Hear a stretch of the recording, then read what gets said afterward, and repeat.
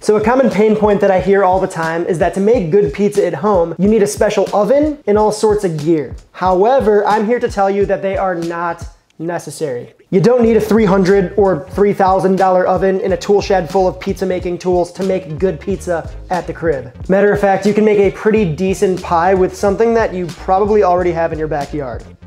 The classic kettle grill, the workhorse of the backyard. It's pretty incredible what this thing can do. It can sear, it can smoke, it can braise, and now it can make pizza. All right, so our coals are nice and hot. Now the configuration of the coals does make a difference. What we're gonna do is kind of wrap them around the outer perimeter here so that the heat kind of transfers up and around onto the pizza without being super direct in the middle. You can kind of make a little bit of a hole there. Kind of just do your best to make it even. Drop on your grate. If you have a pizza stone, you can totally use it and it will work fantastic, but the whole idea here is that we're not trying to use any special gear. Most of us have one of these in the kitchen. Just a sheet tray. This is made of steel. If you have a steel one, use it. If you have aluminum, you can use that too, but the aluminum, it's gonna be kind of weird with heat. The steel kind of holds and charges better. So, steel sheet tray, right on top. Just gonna let that get nice and hot.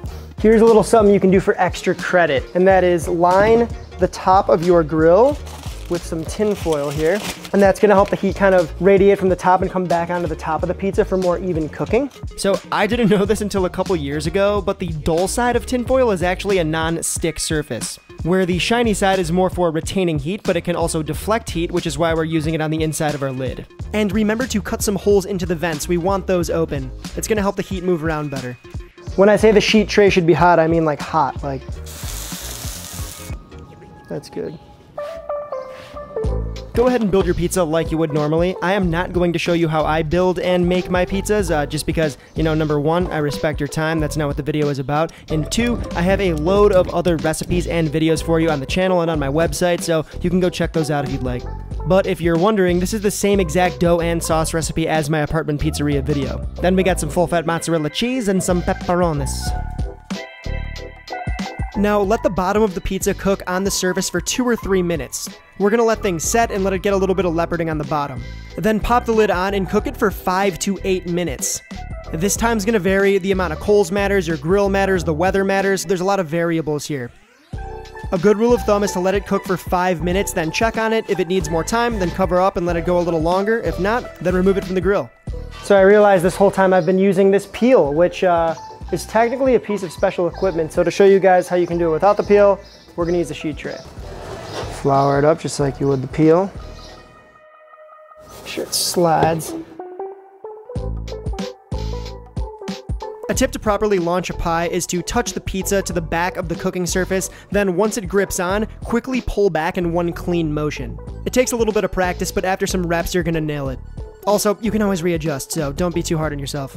We're just gonna let it sit for a bit and kind of set and kind of get that, let the grill stay hot, because remember, more oxygen with the coals, the hotter it is. So we're gonna let it kind of get a little jump start here, and then we're gonna cover it up. It's worth mentioning that you can totally cook pizza on a gas grill too. Matter of fact, when I used to work as a private chef, I did a bachelor party with a buddy of mine. We did a bunch of pizzas at like 4 in the morning on this massive gas grill, and they turned out fantastic.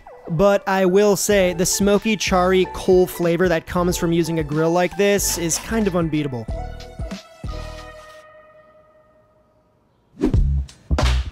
Alright, you know the drill. At this point, decorate your pizza however you see fit. We're in Chicago, I gotta hit it with the giardiniera. And just because this pizza came off a grill doesn't mean you can't treat it like it came out of a Napoleon oven, right? Get fancy with it. There I just have some black pepper ricotta, the same stuff I used during the apartment pizzeria video, and just some fresh basil. Let me know in the comments below, what's your favorite pizza topping? That is just a beautiful piece of pizza. Let's give it a go.